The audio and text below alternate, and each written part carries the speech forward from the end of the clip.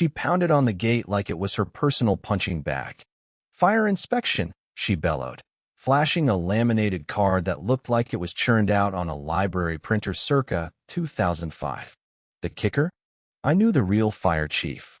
He was in my backyard, flipping burgers at that very moment. I blinked, stunned. Is she seriously trying to pose as a fire inspector to snoop in my yard? "Excuse me," I said, stepping up to the gate.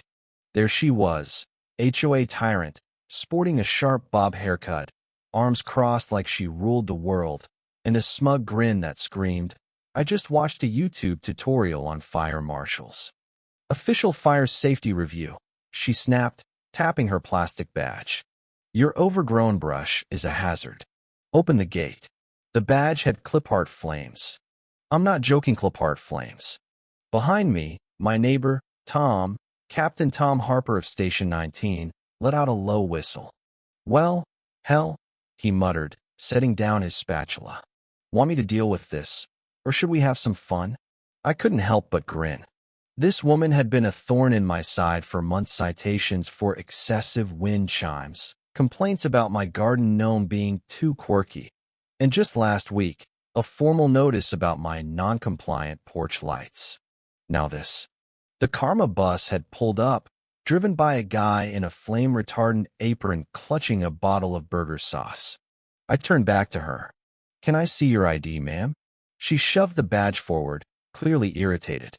"It's right here. City approved. Open the gate now, or you're getting a fine." "Which city?" Tom called, strolling over, wiping his hands on a rag. "Because I'm the fire chief here, and I sure didn't issue that badge." Her face froze. If looks could make sounds, hers was a car screeching to a halt. Her eyes flicked to Tom, his Station 19 t-shirt, then the massive tattoo of a fire hose and ladder on his arm. She stammered, "Oh, I'm with the neighborhood's fire safety committee. You know, a volunteer thing." Tom said, crossing his arms. "So you're not an inspector, but a volunteer for the HOA's made-up fire board?" Silence. Thick, awkward silence, broken only by the sizzle of burgers on the grill and my wife's stifled laughter from the kitchen window. She tried to pivot. "The real issue is that brush pile. Deadwood's a fire risk in this heat." She waved dramatically toward my side yard. "The brush pile? A meticulously maintained compost heap, covered, watered, and compliant with city guidelines." "Funny," I said, playing dumb. "Last time you peeked over my fence, you called it a rodent hotel." Her cheeks reddened. "Well, it could be. That's why I'm doing a precautionary check." Tom stepped closer, his voice firm. "Impersonating a public safety official is a felony in this state, ma'am." Her eyes widened. "I wasn't impersonating. I was just ensuring neighborhood safety." For someone so worried about safety, I muttered, "You sure trespass a lot." She opened her mouth, probably to spew more HOA nonsense, but Tom pulled out his phone. "I'm calling this in. You can explain to dispatch, or," he added, voice icy, "you can leave, and we'll call it a bad decision." She wavered, caught between defiance and panic. "Fine," she spat, "but don't cry to the HOA when your yard goes up in flames." She stormed off, her heels clacking like furious maracas. Tom looked at me. "Mind if I report this anyway? I've had other complaints about her overstepping. This can't keep happening." I took a deep breath. "Do it." That should have been the end. But this was her. 3 days later, a notice appeared on my door. HOA violation, unauthorized composting, fire hazard, non-compliant landscaping, $500 fine. I laughed so hard my wife thought I'd lost it. "She's doubling down," I said. "Let's see how far she wants to take this." I called Tom, then a buddy in city zoning enforcement.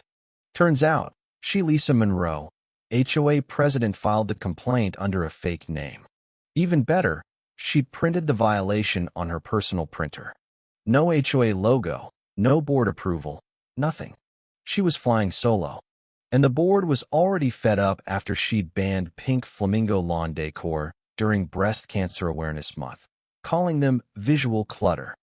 So, I brought my evidence to the next HOA meeting, sliding it across the table. The fake inspection card, the bogus fine, zoning complaints linked to her IP address. Gasps, glares, one board member even clapped. Lisa didn't show. She must have sensed the heat. But 2 days later, a handwritten letter arrived. No return address. You think you've won, but I know what's in your garage. Watch out. A threat? Over my gardening tools. I handed it to Tom. He passed it to the police. The HOA called an emergency session, suspending Lisa's position pending investigation. The real kicker? That garage she mentioned? It's where I keep my surveillance gear. I freelance for a home security firm, always testing equipment. I had 4 weeks of footage. Lisa climbing my fence, peering into my windows, and, at one point, trying to pry open my gate with a spoon. A spoon. Tom dubbed it the spoon files. The cops laughed. Lisa didn't. She was charged with trespassing, impersonating a public official, and stalking. Her fine? $1,000. Me? I built a new compost enclosure, ringed with solar-powered flamingo lights that glow pink at night, just bright enough to shine into her dining room.